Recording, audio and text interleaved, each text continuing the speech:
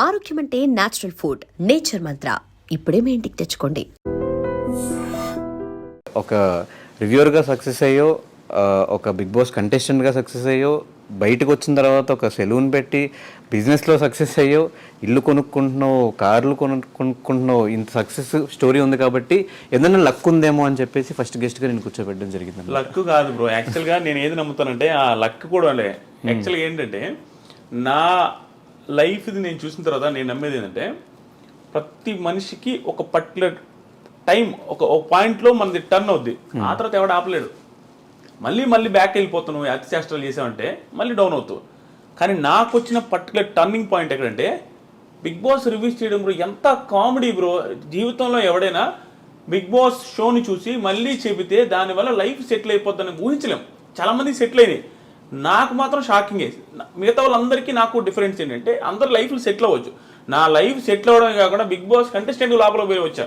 అది చాలా మిరాకిల్. అది వెళ్ళి రావడం, అక్కడ సక్సెస్ అయ్యి రావడం. అక్కడ నాకు టర్నింగ్ పాయింట్ ఎక్కడ వచ్చిందంటే హెవీ ప్రాబ్లమ్స్ ఫేస్ చేసిన ఆదిరెడ్డి.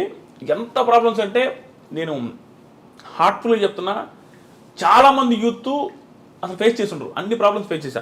అవి అనుకుంటే కొంతమంది కామెంట్లు అనొచ్చు, అబ్బా చాలామంది ఫేస్ చేశారని. నా ప్రాబ్లమ్స్ నాకు భయంకరంగా ఎక్కువ. అంటే అందరికంటే ఎక్కువ అని చెప్పకూడదు, కానీ చాలా మంది ఫేస్ చేస్తుంటారు చూసారు. ఆ ప్రాబ్లమ్స్తో ఈక్వల్గా ఉంటాయి నా ప్రాబ్లమ్స్. ఆ స్టేజ్ నుంచి ఈ స్టేజ్ దగ్గర రావడం ఎక్కడి నుంచి స్టార్ట్ అయింది అంటే 2018లో బిగ్ బాస్ రివ్యూ స్టార్ట్ చేశాను. అది కూడా ఎంత కామెడీగా స్టార్ట్ చేసినా బ్రో. 2018లో సీజన్ 2 అప్పుడు స్టార్ట్ చేశా. ఎంత కామెడీగా అంటే నా ఫ్రెండ్ ఊరికి వీడియో పెడితే కామెడీగా ఓవర్ హుడీ వేసుకొని చేస్తుంటా. ఎంత పాత హుడీ అంటే ఆ పాత హుడీ వేసుకొని ఇట్లా పెట్టుకొని, అంటే నేనేదో పెద్ద తోపు అనే ఫీలింగ్తో చేస్తా ఉన్నాను ఇట్ట పవన్ కళ్యాణ్ స్టైల్లో. అది వైరల్ అయింది. అన్ని ఛానల్స్ పెట్టుకున్నారు. నా ఛానల్లో 100 మంది సబ్స్క్రైబర్లు ఉన్నారు. ఆ 100 మంది సబ్స్క్రైబర్స్తో అది 8,000 వ్యూస్ వచ్చింది. ఆ రోజు నుంచి ఈ రోజు దాకా మినిమం వ్యూస్ లేకుండా నా ఛానల్లో వీడియో లేదు బిగ్ బాస్ రిలేటెడ్. అది నా లైఫ్లో టర్నింగ్ పాయింట్. దానికి ముందు పడ్డ కష్టాలు కొన్ని చెప్తాను చూడండి. నేనదే లక్ అన్నా చూసారా, ఆ లక్ ఆ టైం ఉంది చూసారా, అది కలిసి వస్తే ఎవడు ఆపలేడు. నాకు కలిసి వచ్చిన పాయింట్ ఇది. దానికి ముందు 30 ఇయర్స్ బ్రో. నాకు ఈ ఇంటర్వ్యూలో నాకు తెలిసి నేనే మాట్లాడతాను ఎక్కువ. నాకు అట్లా అనిపిస్తుంది ఒకసారి. అందుకే ముందే ఆన్సర్లు వచ్చేసాయి. నేను ఇంటర్వ్యూస్ ఎవరైనా నేను ఎందుకు ఇవ్వనంటే నేను హార్ట్ఫుల్గా మాట్లాడేసి నాకు ఆనంద బాష్పాలు వచ్చేస్తాయి. నా లైఫ్ జర్నీ గురించి నేను చూసుకుంటే యాడ్ నుంచి యాడికి వచ్చానని నాకు తెలియకుండా నాకు వేరే వాళ్ళ ముందు ఎమోషనల్ అవ్వడం నాకు ఇష్టం ఉండదు. నేను ఎమోషనల్ అయిపోతా. నాకు అలా అనిపిస్తుంది. ఎందుకంటే ఎన్ని పీక్ ప్రాబ్లమ్ చూసి ఇప్పుడు ఎంత హ్యాపీగా ఉన్నాను నాయనని. ఇప్పుడు 30 ఇయర్స్ ఉన్నాయి బ్రో. ఎవ్వడు ఆర్డినరీ పర్సన్ ఎవరైనా కంపేర్ చేసుకోవచ్చు. నాది ఇప్పుడు 2018లో 30 ఇయర్స్. 2018లో 30 కాదు, 2018లో నాకు 28 ఏమో. నా పెళ్ళి 8 ఏమో 30 ఇయర్స్. ఓకే. సో 30 ఇయర్స్ వరకు నేను 29 ఇయర్స్ వరకు నేను సెటిల్ అవ్వలేదు. సెటిల్ ఇన్ ద సెన్స్ ఏమీ లేదు నా లైఫ్లో. మా ఒక సింధనూరు అనే కూర ఉంటుంది, నేను ఇది ఎక్కడ చెప్పలా. నేను ఎలక్ట్రికల్ ఇంజనీర్. కొన్ని నేను చెప్పలేను. మరి ఓవర్ డ్రామాటిక్గా ఉంటుంది నా లైఫ్ స్టోరీని. కొన్ని చెప్పను ఈరోజు, కొన్ని చెప్పలేను. కానీ ఎందుకు చెప్పాలి అంటే ఆడియన్స్లో మీరు రివ్యూ స్టార్ట్ చేసిన తర్వాత మిమ్మల్ని చూసి ఓకే ఇలా కూడా సంపాదించేసి డబ్బులు అని చెప్పి యూట్యూబ్లో చాలామంది రివ్యూ స్టార్ట్ చేసిన వాళ్ళు ఉన్నారు. వాళ్ళు సక్సెస్ అయ్యి వాళ్ళ లిమిట్లో వాళ్ళు సంపాదించుకుంటున్న వాళ్ళు కూడా ఉన్నారు. కాబట్టి ఇలాంటి స్టోరీస్ అని వింటే అందరికీ ఇన్స్పిరేషన్గా ఉంటుంది కాబట్టి అడుగుతున్నా క్వశ్చన్. సింధనూరు అనే ఊర్లో నేను ఎలక్ట్రికల్ ఇంజనీర్ అయి ఉండి పరిస్థితి బాగాలేక సివిల్ ఫీల్డ్లో సివిల్ ఇంజనీర్ యాక్టింగ్ చేస్తూ తార్ రోడ్ల దగ్గర ఇలా పెట్టి ఆ మీటర్ ఉంటుంది. ఓన్లీ సివిల్ ఇంజనీర్స్ కంపేర్ చేసుకోవచ్చు, వాళ్ళకి అర్థమవుతుంది. ఎన్ని సెంటీమీటర్స్ తారు వచ్చిందని ఇటు చూడాలి ఉంగి. అది చేసేవాడు నేను. మొత్తం నల్లగా అయిపోయి తార్ రోడ్డు ఇక్కడ 13,000 14,000 ఇచ్చేవాళ్ళు. అక్కడ పని చేస్తున్నప్పుడు అక్కడ చిన్న రూమ్ ఇస్తారు మాకు. ఆ రూమ్లో ఉన్నప్పుడు మా నాన్న ఒకరోజు కాల్ చేసిండు. బాధపడతా. అప్పుడు పోయి పొజిషన్ చాలా బ్యాడ్గా ఉండేది అనమాట. ఎట్టొకటి చేసుకోరా, సెటిల్ అవ్వరా, నీది ఒకటే నాకు బాధ. ఎందుకంటే బాధ నాది ఒకటే కాదు, మా చెల్లెళ్ళు బ్లైండ్. మా చెల్లికి కనిపించదు, మా చెల్లి పెళ్లి చేసుకొని అంటుంటుంది. అదొక పక్క మా నాన్నకి బాధ ఉంది. ప్లస్ మా మదర్ సూసైడ్ చేసుకొని చనిపోయి ఉన్నారు, అదొక బాధ ఉంది. ఫైనాన్షియల్గా బీభత్సమైన ప్రాబ్లమ్స్లో ఉంది, పీక్ ప్రాబ్లమ్స్. 11 లక్షల చిల్లర బ్యాంకులో లోన్స్ ఉన్నాయి మా నాన్నకి. నాకు తెలుసు. నేను రాజకీయాలు పెద్ద కాన్సన్ట్రేట్ చేయను, కానీ ప్రతిసారి ఎలక్షన్లకు ముందు ప్రతిసారి దేవుడిని మొక్కునేది తెలుసు. ఒకప్పుడు మా నాన్న మా అకౌంట్లో అదే మా లోన్స్ ఏదైతే ఉంటాయో చూసారు, అగ్రికల్చర్ లోన్స్, అవి అయితే వెళ్ళిపోవాలా. అది ఎవడు హామీ ఇస్తే వాళ్ళు గెలవాలని కోరుకునేది. చాలామంది ఇచ్చారు అట్లాంటి హామీలు. ఈసారి అగ్రికల్చర్ లోన్స్ మొత్తం పోతాయి, వాళ్ళు ఇచ్చారు, వీళ్ళు ఇచ్చారు, అన్ని ఈ గవర్నమెంట్ ఇచ్చింది, ఆ గవర్నమెంట్ ఇచ్చింది. ప్రతిసారి నేను ఎవరు హామీ ఇస్తే వాళ్ళు గెలవాలనుకున్నాను. అంటే నాకు లైఫ్లో ఇంకేం గోల్స్ ఉండేది బ్రో. నా లోన్స్ క్లియర్ అయిపోతే మా నాన్న హ్యాపీ, నేను హ్యాపీ అనుకునేవాడిని. అలా మా నాన్న ఆ రోజు సింధనూరు దగ్గర ఫోన్ చేసినప్పుడు బాధపడతా మాట్లాడాడు. అది నాకు ఇప్పటికీ గుర్తుంది. ఆ రోజు నుంచి మళ్ళీ ఆ 30 ఏళ్ళు అని చెప్పేసి పెళ్ళి అయ్యే రోజు వరకు నాకు పిల్లని ఎవరు ఇచ్చేవాళ్ళు లేరు బ్రో. అంటే ఇంకా నా పెళ్లి గురించి టాకే వచ్చేది లేదు మా ఇంట్లో. ఎందుకు సంపాదించట్లేదన్నా లేకపోతే? నేను అప్పుడు ఎంత బ్రో 48 కేజీలు పెట్టినోని, 50 కేజీలు నా హైట్ ఇంతే ఉండదు, 6.3, 48 కేజీల వెయిట్తో మా అమ్మ సూసైడ్ చేసుకున్న ఇంటికి ఎవరైనా అంటే ఎందుకు సూసైడ్ చేసుకున్నదో, ఎన్ని ప్రాబ్లమ్స్ ఉన్నాయో, ఆ ఇంటికి మళ్ళీ కోడలు ఎవరైనా ఇవ్వాలనుకుంటారా? ప్లస్ మా ఇంట్లో మా చెల్లి అలాగే ఉంది, ఒక పర్సన్ హ్యాండిక్యాప్డ్ పర్సన్ ఉండే ఇంటికి ఎవరు ఇవ్వాలనుకోరు. అలాంటి సిచ్యువేషన్లో ఉన్న నాకు పెళ్లి తాట మా ఇంట్లో లేదు, నాకు లేదు. ప్లస్ అప్పులు నేను అందరికీ తెలుసు. ఆ పొజిషన్ నుంచి 30s నాకు ఎలా ఉన్నాడు చూడు, నా పెళ్లి కాలేదు. ఎవరికైనా ఒక పర్సన్కి ఎలా ఉంటుంది బ్రో, జాబ్ లేదు, పెళ్లి కాలేదు, అందరూ అడుగుతారు. మన ఫ్రెండ్స్కి మన ఫైనాన్షియల్గా ఇదేంది తెలియదు. మన బీటికి ఫ్రెండ్స్కి ఏమంటారు, ఫోన్ చేసి ఏమమ్మా ఎప్పుడు పెళ్ళి అంటారు.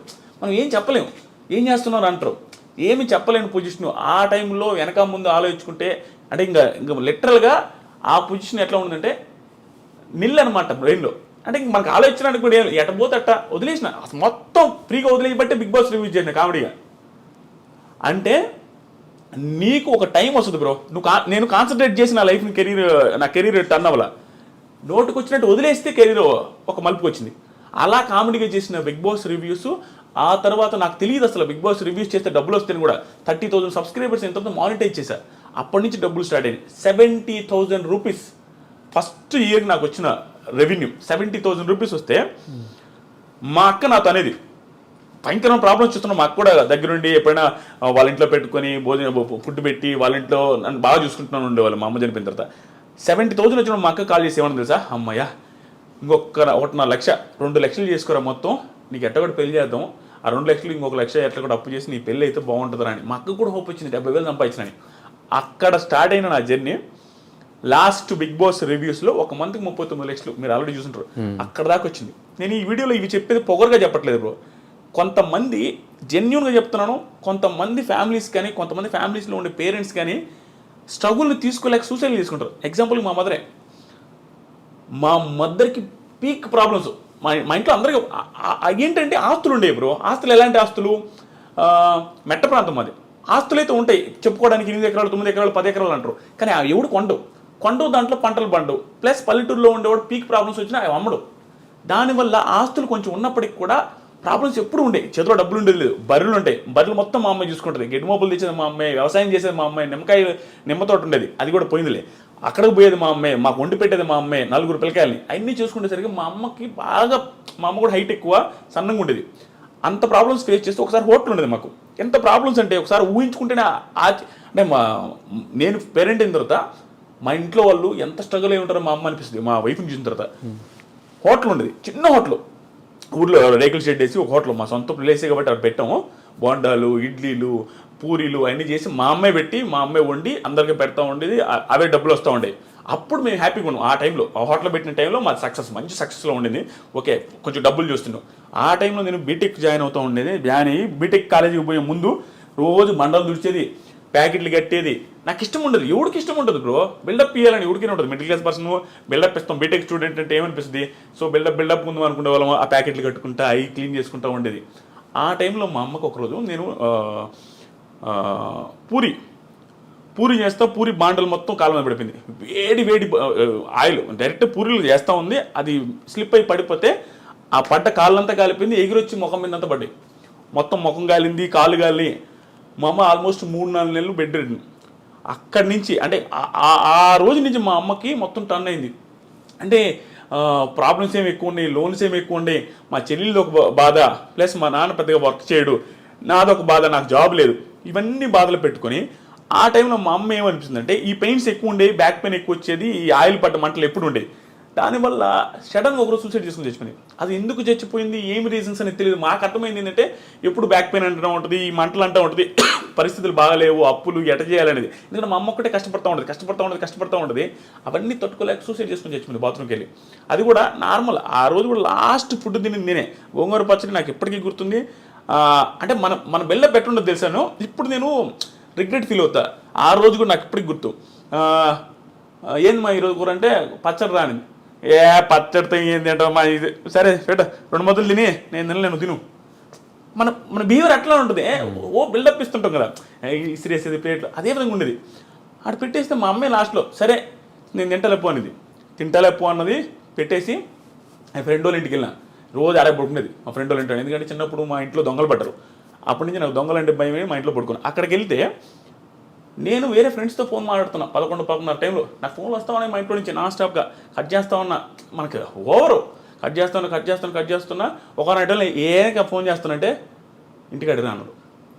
మర్చిపోయి నేను ఎత్తలా. ఫోన్ ఎత్తకపోతే నా ఫ్రెండ్ లోపల ఇంట్లో ఉన్నాడు. వాడికి ఫోన్ చేసి అది ఈయన ఫోన్ ఎత్తట్లేదు, ఒకసారి ఇంటికి రమ్మని రాను. వాళ్ళకి మా అమ్మ చచ్చిపోయిన విషయం చెప్పేశారు. అలా చెప్పేశారు. నేను బయట ఫోన్ మాట్లాడుతున్నా నైస్గా. వాడు పప్పు తిన్న అన్నంతో వచ్చిండు బయటికి వచ్చి, మామ మీ ఇంటి దాకా పెద్ద మామ అన్నాడు. నువ్వు పోయి రాపరా, మీ అన్నతో నాకు పని ఉందంటే నువ్వు పోయి రాపరా. వాడేమనంటే ఎక్స్ట్రా చెప్పుడు రామావ అనేసరికి సరే అని నేను ఫోన్ పెట్టకుండా మధ్యలో కూర్చొని బైక్లో మాట్లాడుతూ ఉన్నా. వాడులా మా ఫోన్ పెట్టి మామ అన్నాడు. ఫోన్ పెట్టి అన్నాడు. పెట్టేసిన తర్వాత వాళ్ళ తమ్ముడు నా వెనక కూర్చోన్నాడు, నేను మధ్యలో ఉంటే వాడు చెయ్యి నా మీద వేస్తుంటే వాడు పప్పు అన్నం పప్పు అంతా ఉంది. రే హరీష్ చెయ్యి కూడా కడుక్కోవాలన్నా. రే మనకేం తెలియదు కదా, ఈ చెయ్యి కూడా కడుక్కోలే ముండనాయుడు అంటా ఉన్నా. మర్చిపోయిన అమ్మ అంటుడు. పోతే మా అమ్మ మా ఇంటి చుట్టూ జనాలు ఉన్నారు. ఏంది వీళ్ళందరూ ఈ టైంలో ఉంటే ఏమైనా గొడవ అయింది ఇంట్లో, ఎందుకు ఏంటి అసలు. పోగానే మా అమ్మని బయట తెచ్చున్నారు, గుండెల మీద వస్తూ ఉన్నారు. అబ్బా నాకు అంటే నేనే ఉన్నట్టు బతుకుంది అనుకున్నా. ఎంత అప్పుడు ఇంకా వెంటనే చూడగానే చచ్చిపోయింది. నేను మిద్ది మీద పోయి బీభత్సంగా ఏడ్చిపోవడానికి ఆ రోజు నుంచి దాదాపు 1 month నేను ఫుల్ స్ట్రగుల్ అయిపోయినా. యాక్చువల్గా నేను బాధపడ్ను. అమ్మ నేను ఎమోషనల్ అయిపోతా స్వామి నిజంగానే. యాక్చువల్గా నేను బాధపడ్ను. ఆ టైంలో నా బాధ అంటే తెలిసింది. అంటే వెరీ రెక్లెస్ క్యాండిడేట్ బ్రో. అంటే రెక్లెస్ అంటే మనకి ప్రేమ ఉంటుంది. చాలామంది పిల్లకాయల దగ్గర యూత్ దగ్గర ఉండేది ఇదే, అమ్మన్న నాన్న ఇష్టమే, తెలియకుండా కోపాలు ఎవరు మీద చూపించలేక ఇంట్లో సిరీస్లు కొడుతూ ఉంటారు ప్లేట్లు. నేనంతే, పప్పుచారు అంటే ఇష్టం, పప్పుచారు చేయకపోతే నేను ప్లేట్ ఇస్తుండేది, ఏంది కూరలు ఎప్పుడు ఇదేనని. పరిస్థితులు బాగాలేవు, అది మనకు తెలిసినా కూడా బిల్డప్ ఇస్తుంటాం. ఆ సిచ్యువేషన్ అప్పుడు నాకు అన్నీ గుర్తొస్తుంది, ఎంత ఓవర్ చేసామురా అని. కానీ నిజంగా చెప్తున్నా బ్రో, మా అమ్మ చనిపోయే ముందు 2 months 2-3 months మా అమ్మని భయంకరంగా అర్థం చేసుకుందాను. చెప్పిన ప్రతి మాట వినేవాడిని. ఎందుకో మా అమ్మ భయంకర స్ట్రగుల్ అవుతుంది నాకు అర్థమైంది. అక్కడ ఒక టైం వస్తుంది చూసారా, మనం కూడా ఎంత ఎదవైనా అర్థం చేసుకుంటాడు. ఆ పక్కలో నేను ఎంత ఇబ్బంది పడుతున్నాను ఆ టైంలో నేను మళ్ళీ అర్థం చేసుకునేది బ్రో. చిన్న మాట, ఒకప్పుడు నేను రోడ్లో పేరాపర్ వచ్చినాడు అంటే నేను మాపము అనేవాడిని. అలాంటిది ఒక మాట చెప్పిన వెంటనే వెళ్ళేవాడిని. మా అమ్మకి భలే నేను ఒక్కని ఎంత బాగా వింటున్నాడు అనే ఫీలింగ్లో ఉండేది. కానీ సడన్గా చేసుకునేసరికి మాకు ఎవ్వరికి అర్థం కాదు. అది ఎట్లా అంటే బాత్రూమ్ రేకులు బాత్రూము. మా అమ్మ 5.7 5.8 ఉంటుంది, ఆ ఎత్తు 5.9 ఉంటుంది అంతే ఆ బాత్రూమ్. అంటే మనిషి ఊరేసుకొని ఏలాడాలంటే కాలు తగులుతుంటాయి. ఎలా ఎంత ఇబ్బంది పడి ఊరేసుకున్నదని మాకు ఇప్పటికీ ఆశ్చర్యం అనిపిస్తుంది. ఎంత పెయిన్ ఉంటే బాధపడద్దని. ఈ సుత్తి అంతా నేను ఎందుకు చెప్తున్నా అంటే, సుత్తి కాదు, చాలా మందికి ఇది ధైర్యాన్ని ఇవ్వాలి నాకు. ఆ పొజిషన్ నుంచి మా అమ్మ లైఫ్ మారదులే, ఇంకా నా జీవితమే ఇంతే అనుకుని సూసైడ్ చేసుకుంటే, అంటే నేను ఇంకా నా లైఫ్ మారదు అనుకుంటే, నేను ఇప్పుడు 20 మంది లైఫ్ని మారుస్తున్నా. నేను సెలూన్ పెట్టి నా సెలూన్లో 20 మంది పనిచేస్తున్నారు, నా చుట్టూ 5-6 మంది ఉంటారు, వాళ్ళ లైఫ్లు నేను చూసుకుంటూ ఉంటాను. ఇన్ని లైఫ్లు నేను మారుస్తుంటే మా అమ్మ లైఫ్ మార్చలేను అనుకున్నది. హోప్లెస్గా అయిపోయి సూసైడ్ చేసుకుని చచ్చిపోయింది, ఇంకా ఆనందం ఉంటుంది. అదే మా మదరు సూసైడ్ చేసుకోకుండా ఎదిరించి పోరాడి ఇక్కడ దాకా ఉండుంటే ఈరోజు మా మదర్ ఉన్నప్పుడు నా సక్సెస్ ఇంకా ఎక్కువ ఉండేది కూడా, ఆనందంలో ఇంకా హ్యాపీగా ఉండదు. ఇప్పుడు మేము వీడియో చేస్తున్నాం, మా అమ్మ మదర్ కూడా మా వీడియోస్లో ఉండుంటే ఇంకా ఎంత బాగుంటుంది. ఇవన్నీ ఆలోచించుకుంటుంటే నాకు అనిపిస్తుంది, ఒరే నాయన సూసైడ్ ఎందుకు చేసుకుంటారో, నా లైఫే బెస్ట్ ఎగ్జాంపుల్. అసలు టర్నింగ్ పాయింటే ఉండదు, హ్యూజ్ ప్రాబ్లమ్స్ కానీ మా అమ్మ సూసైడ్ చేసుకున్నది. నా లైఫ్ ఈరోజు ఎట్టుంది, ఏ రకంగా ఉంది. మా ఊర్లో ఇంకొక ఎగ్జాంపుల్ నేను క్వశ్చన్ కూడా అడగా. నాకు మా ఊర్లో చిన్న ఎగ్జాంపుల్ చూడండి లైఫ్ మారడానికి. నేను జస్ట్ ఒక ఇంగ్లీష్ మాట మాట్లాడితే యా అన్న ఒకరి ముందు ఏదో అడిగితే యా అంటే మేము కానీ మెతుకులేదు కానీ ఇంగ్లీష్ రా నీకు అన్నారు. నేను 10th చదివేటప్పుడు ఆ పొజిషన్ అట్లా ఉండేది మాకు. ఆ రోజు నుంచి నా దగ్గర అప్పు తీసుకుని వాళ్ళు 10,000 ఎగ్గొట్టారు. అది అక్కడ దాకా వచ్చి ఇవన్నీ మా అమ్మ జోలు అయిపోయింది. ఇప్పుడు ఇంట్లో వాళ్ళకి ఎట్ట బ్రో, పల్లెటూరు ఆడవాళ్ళకి ఎట్ట, మా కొడుకు 30,000 శాలరీ అయితే 50 చెప్పుకుంటారు, అదే వాళ్ళకి ఆనందం. ఇవన్నీ మా అమ్మ చూడలేకపోయింది. ప్లస్ బంగారం ఉండేది లేదు, ఏ పెళ్ళిళ్ళకి పోయినా మా అత్తోళ్ళ దగ్గర తీసుకుని పోయేది. ఆ పొజిషన్ నుంచి ఈరోజు ఏమైనా కొనిచ్చే పొజిషన్ చూడలేకపోయింది. అందుకని ఆవేశపడకూడదు మనిషి. ప్రతి ఒక్కడికి నేనే సక్సెస్ అయినా బ్రో, నా దగ్గర టాలెంట్ లేదు, నేను జెన్యున్గా ఒప్పుకున్నా, నా దగ్గర ఏ టాలెంట్ లేదు, మాట్లాడతా అంతే. ఏది హార్ట్ఫుల్గా మాట్లాడతా, ఏది అనిపిస్తే అది మాట్లాడతా. టాలెంట్ లేని నేనే పెద్దగా చదివాను కూడా కాదు, ఓకే ఏదో వచ్చాయి. అలాంటి పర్సన్ నేనే సక్సెస్ అయిపోయి నా లైఫ్ మా ఫ్యామిలీ లైఫ్ మార్చేస్తే ఎంతోమంది బీభత్సమైన టాలెంట్ ఉంటుంది, వాళ్ళు ఎందుకు చచ్చిపోవాలా, వాళ్ళు ఎందుకు సూసైడ్ చేసుకోవాలి, నాకు అర్థం కాలే.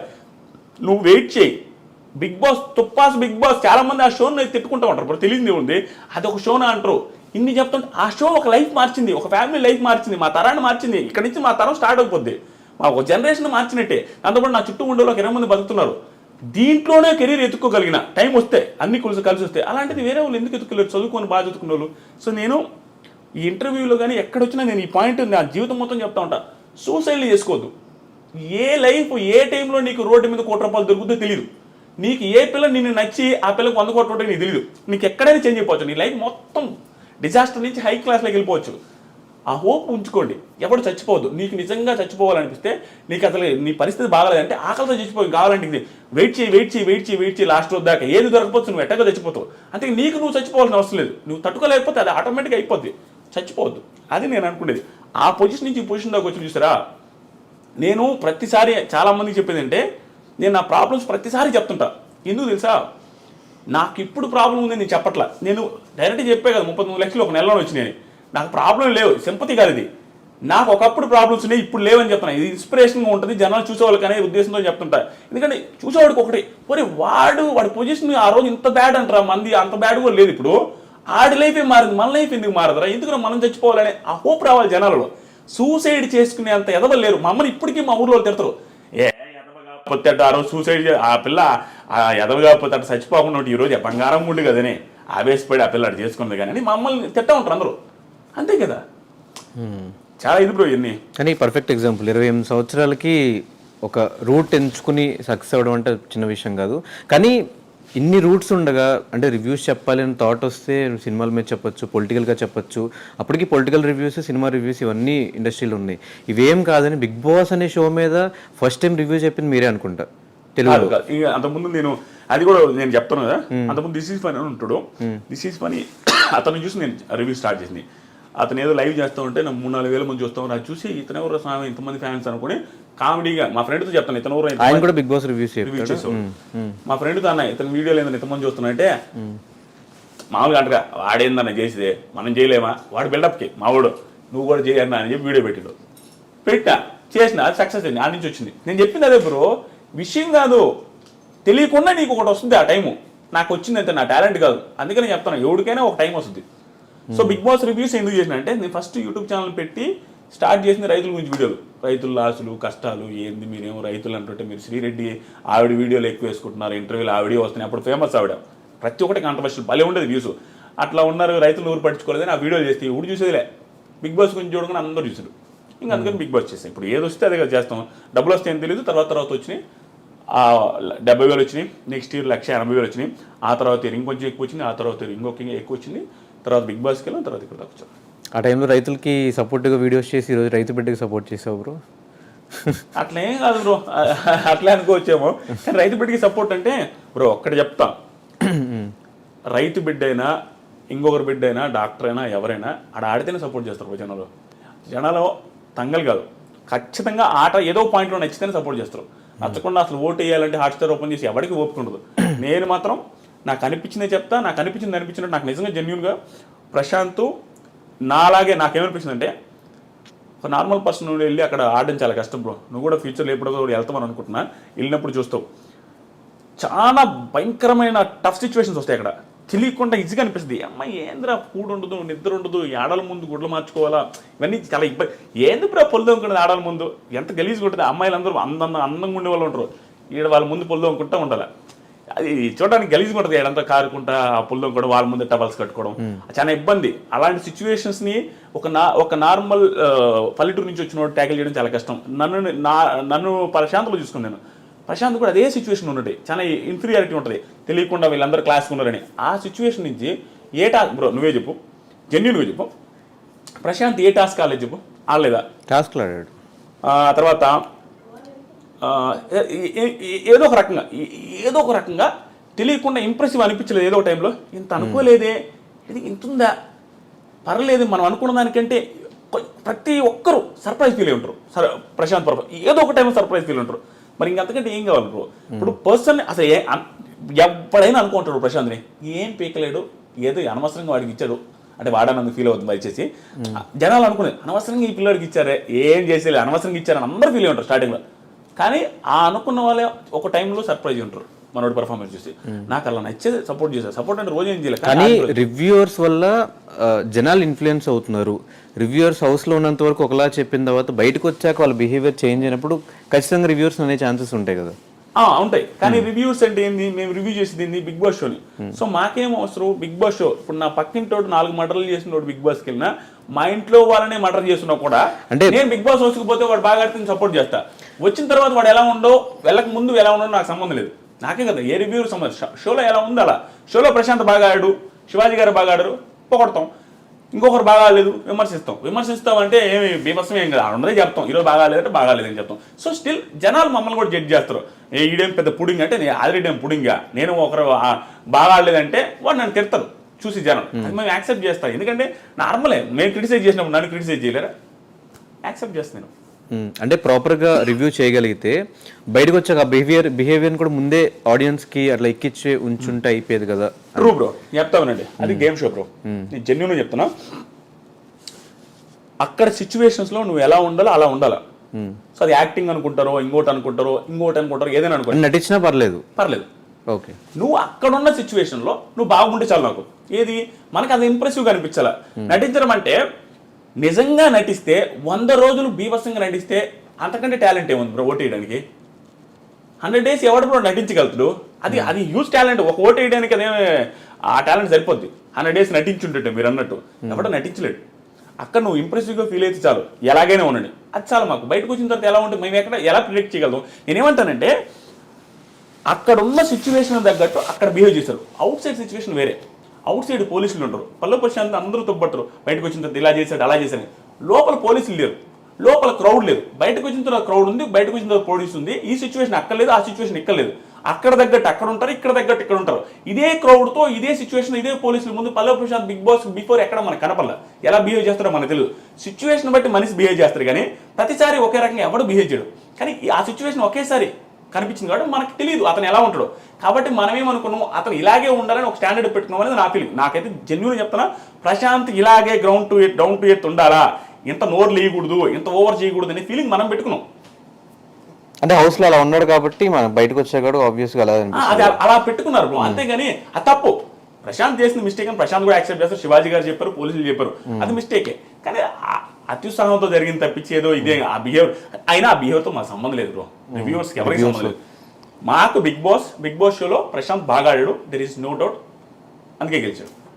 సో ఇదే మీరు స్టార్ట్ చేసిన సీజన్లో, రివ్యూస్ చెప్తున్న సీజన్లో కౌశల్ అనే పర్సన్కి, అంటే ఒక రివ్యూవర్కి ఎవరికి సపోర్ట్ చేయని ఆదిరెడ్డి కౌశల్ టైంలో కౌశల్ ఆర్మీకి చేయడం, కౌశల్ కోసం 2K రన్ చేయడం, ఇదంతా ఏంటి అంటే అది ఆ టైంలో ఏమైనా పాపులారిటీ కోసం కౌశల్కి అంత పేరుంది కాబట్టి ఏదో మన పేరు కూడా వినిపిస్తుంది అలా ఏమన్నా? అలా ఏం కాదు బ్రో. రివ్యూస్ స్టార్ట్ చేసినప్పటి నుంచి నాకు జెన్యూన్గా ఇప్పుడు చెప్తున్నా, Kaushal one of the best contestants. ఎవరు అవునున్నా కాదన్నా కౌశల్ ముందే చెప్తాను, కౌశల్ గారి ముందే చెప్తాను. మొన్న కూడా అవార్డ్స్ ఫంక్షన్కి వెళ్ళినప్పుడు కూడా నేను ఆయన పేరు చెప్పాను. ఆయన పక్కన ఉన్నాడు, నేను ఆయన పెద్ద మాట్లాడుకునేది లేదు ఇప్పటి వరకు. ఆయన ముందు ఏం చెప్పానంటే, కౌశల్ అనే సీజన్ వల్ల నాకు పాపులారిటీ వచ్చింది, నాకు చాలా నేను సెట్ అవ్వడానికి one of the main reasons Kaushal అనే సీజన్, కౌశల్ గారు కూడా అని చెప్పా. ఇప్పటికీ ఆ గ్రాటిట్యూడ్ నాకుంది. నేను ఎప్పుడైనా కూడా కౌశల్ గారి గేమ్ని ఎవడు తప్పట్లేడు. కౌశల్ తోపు కంటెస్టెంట్, అట్లానే గెలిచాడు. కాబట్టి నేను సపోర్ట్ చేశాను బ్రో. 85-80% పీపుల్ సపోర్ట్ చేశారు అక్కడ, యునానిమస్గా గెలిచాడు. దాంట్లో నేను సపోర్ట్ చేయకపోతే నేను ఏదైనా అవుతా. ఆయన సపోర్ట్ చేసింది. జనాలు ఒకటి మిస్కన్సెప్షన్లో ఉన్నారు బ్రో. రివ్యూవర్స్ అనేది ఎట్లా అంటే సార్, వ్యూస్ కోసం నువ్వు ప్రశాంత్ని పొగుడుతున్నావు, వ్యూస్ కోసం శివాజీని పొగుడుతున్నావు. వ్యూస్ కోసం పొగుడుతున్నావు అంటే వాళ్ళ మీనింగ్ ఏంటి? శివాజీని పొగిడితే వ్యూస్ వస్తాయని, శివాజీ పేరు పెడితే వ్యూస్ వస్తాయని కదా. శివాజీ పేరు పెడితే వ్యూస్ వస్తాయని అర్థమైంది, శివాజీకి పాజిటివ్ ఉన్నట్టే కదా. శివాజీకి జనాల్లో పాజిటివ్ ఉంటే నాకు ఒకటే నెగిటివ్ అనిపిస్తాడా? అది ఏముంది తప్పు? మెజారిటీ ఆఫ్ పీపుల్ నచ్చుతున్నాయంటే ఉడాలి, నచ్చకూడదని ఉందే. నాకు నచ్చుతారు, కానీ రివ్యూవర్ న్యూట్రల్ గా ఉండాలి కదా. అంటే బయటకు వెళ్ళి 2K వాక్ చేయాల్సిన అవసరం కూడా లేదు కదా, న్యూట్రల్ గా వీడియోస్ చేస్తే అయిపోయేది కదా. అది ట్రూ బ్రో. అది ఆ రోజు ఏమైందంటే అది కొంచెం పిల్ల బచ్చే చేస్తాలే, నేను యాక్సెప్ట్ చేస్తా. అది నిబ్బా చేస్తా. 28 years మీకు? 28. నాకు 28. నా కెరీర్ కి నిబ్బా కెరీర్ అది. సో నాకు అంత సీరియస్ ఇది ఏం లేదు. అప్పటికప్పుడే సెట్ అయినా, అప్పుడప్పుడే దానికి డబ్బులు కూడా రాలి అప్పటికి. ఎందుకంటే మానిటైజ్ కూడా అప్పుడే ఛానల్ స్టార్ట్. నేను ఎప్పుడు సీజన్ మధ్యలో స్టార్ట్ చేశా, 70 రోజు 60 రోజు స్టార్ట్ చేసిన ఛానల్ని. అక్కడి నుంచి ఆ 40 రోజులు చేసిన రివ్యూ అంతే. అప్పుడు నిబ్బా కెరీర్లో ఉండి నాకు తెలియక చేశా. స్టిల్ ఆ రోజు ఊపుకి మీకు తెలుసో తెలీదు ఆ రోజు ఊపికి ఊడికైనా కూడా బయటకు వెళ్ళి కౌస్టల్ అంటారా అనే ఊపు ఉండింది ఆ సీజన్.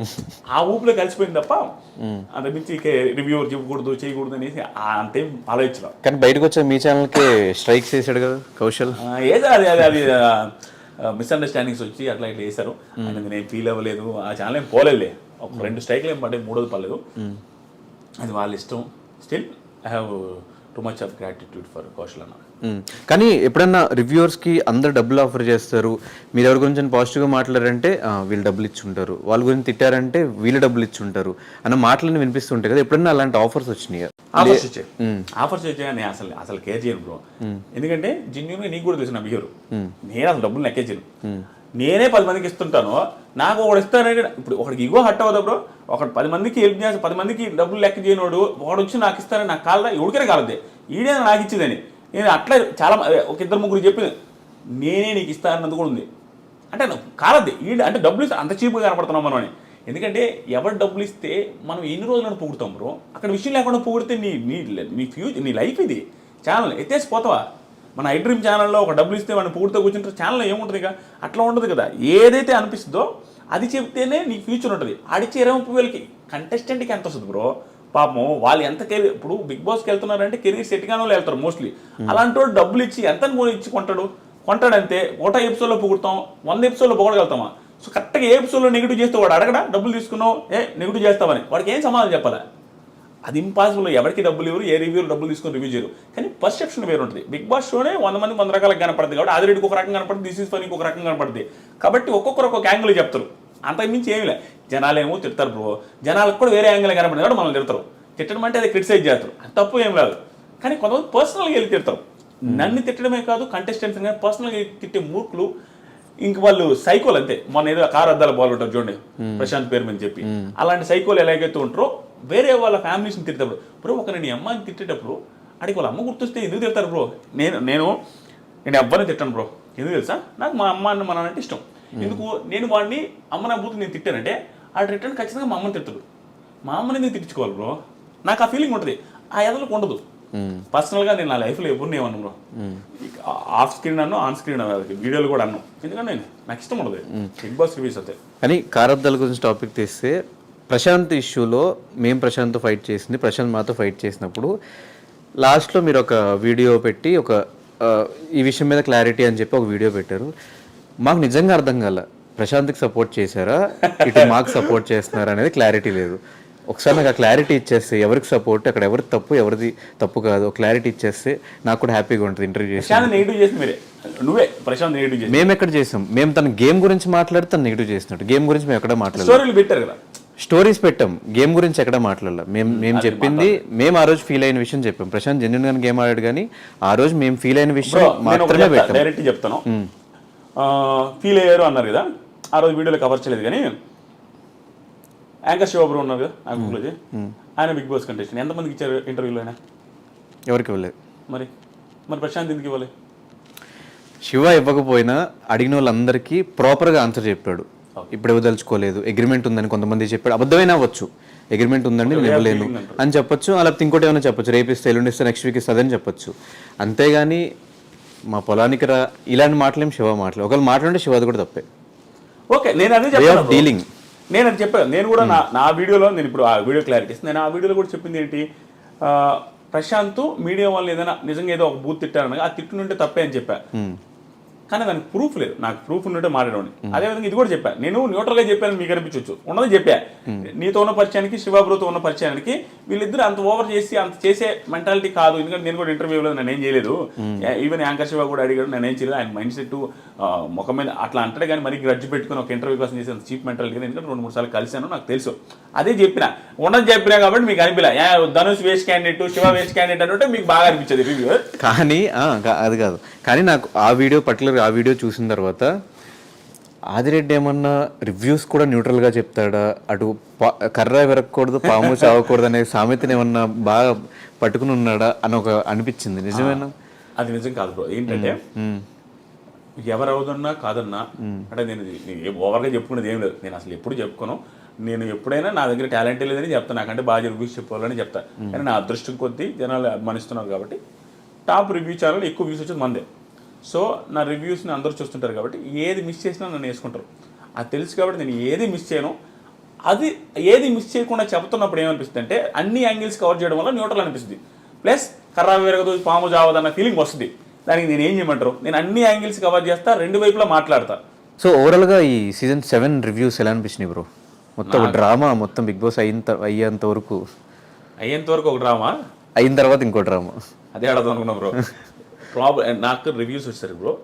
సింపుల్గా ఈ 6 సంవత్సరాల రివ్యూస్ 6 సీజన్ రివ్యూస్కి నాకు వచ్చింది 3 లక్షల సబ్స్క్రైబర్లు. అయితే ఈ సీజన్గా 3 లక్షల కంటే ఎక్కువ వచ్చారు సబ్స్క్రైబర్లు. ఈ 6 సీజన్స్ మొత్తం మీద వచ్చిన డబ్బులకి ఈ సీజన్ అంత డబ్బులు వచ్చినాయి. ఒక్క స్టేట్మెంట్స్ చెప్పినాయి. అది చాలా హ్యాపీ నాకు. దాని వరకు అంతే స్ట్రగుల్ ఉంది, అంతే కష్టం ఉంది. అది అంత పక్కన పెడితే మీరు అడిగారు చూసారా డ్రామాని, సీజన్ మొత్తం మీద జరిగింది గుర్తుండదు ఎవరికి. ఈ డ్రామా లైఫ్ లాంగ్ గుర్తుండిపోద్ది. ఏదైతే ఆ drama in the sense Prashant ఏదో చేసిన డ్రామా అని కాదు, ఆ సిచ్యువేషన్ డ్రామా అంటున్నా. ఆ పోలీసులది కానీ, ఆ కేసు కానీ, ఆ హంగామా కానీ, సోషల్ మీడియాలో హైప్ అయింది కానీ, అది అందరికీ గుర్తుండిపోద్ది. ప్రశాంత్ వాళ్ళ ఫ్యామిలీకి జీవితాంతం అది గుర్తుంటుంది, చూసే ప్రేక్షకులకు గుర్తుంటుంది. కానీ ఏంటంటే అది ప్రశాంత్కి పాజిటివ్ ఎవరు నా దృష్టిలో. ఎందుకంటే ఎవరికైనా కనీసం అనిపించేది ఏంది, ఏం మర్డర్ చేశారంటారు పాపం, తప్పే అది తప్పు, పోలీసులు శిక్ష చేస్తారు అంతే. కానీ దాన్ని గుర్తుపెట్టుకుని ప్రశాంత్ని ఏదో ఇది చేసే అంత మిస్టేక్ కాదనేది నా ఫీలింగ్. ఇప్పుడు మీరు చెప్పండి. అయితే అది ఎందుకు ప్లస్ అనిపించిందంటే చూసి ఎవరికైనా అనిపించుంటుంది బ్రో.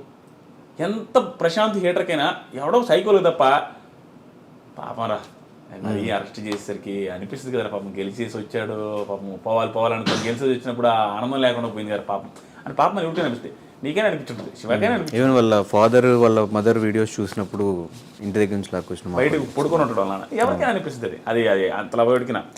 సో అది అతనికి మంచి జరిగింది. అది ఆ డ్రామా ఆ సిచ్యువేషన్స్ అన్నీ కూడా అతనికి మంచిదని నా ఫీలింగ్. నేను మాట్లాడినప్పుడు కానీ ప్రశాంత్ నేను మాట్లాడినప్పుడు నాకు అర్థం ఏంటంటే ఇన్నోసెంట్ అబ్బా మనిషి, నిజంగా ఇన్నోసెన్స్ ఇన్ ద సెన్స్ మాట్లాడిన చేత కాదు.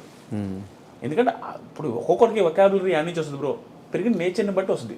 ఎక్కడ పెరిగామో దాని తగ్గట్టు ఆ మాటలు ఆ ఇది వస్తుంది. ప్రశాంత్ పల్లెటూరు నుంచి వచ్చిన పర్సనాలిటీ, పెద్దగా మాటలు రావు, మాట్లాడడమే ఎక్స్ప్రెస్ చేయలేడు. అంతకుమించి మిగతా అంతా ఓకే మనిషి. నేను మాట్లాడినంటే నాకు అర్థమైంది, ఒకసారి 2 సార్లు మాట్లాడినా బాగానే ఉన్నాడు. ఒక్కొక్క సిచ్యువేషన్ బట్టి బ్రో మనిషి ఆ క్రౌడ్ని చూసి అది ఇది ఓవర్ ఎగ్జైట్ అయి ఉంటాడు, అంతకుమించి ఏం లేదు.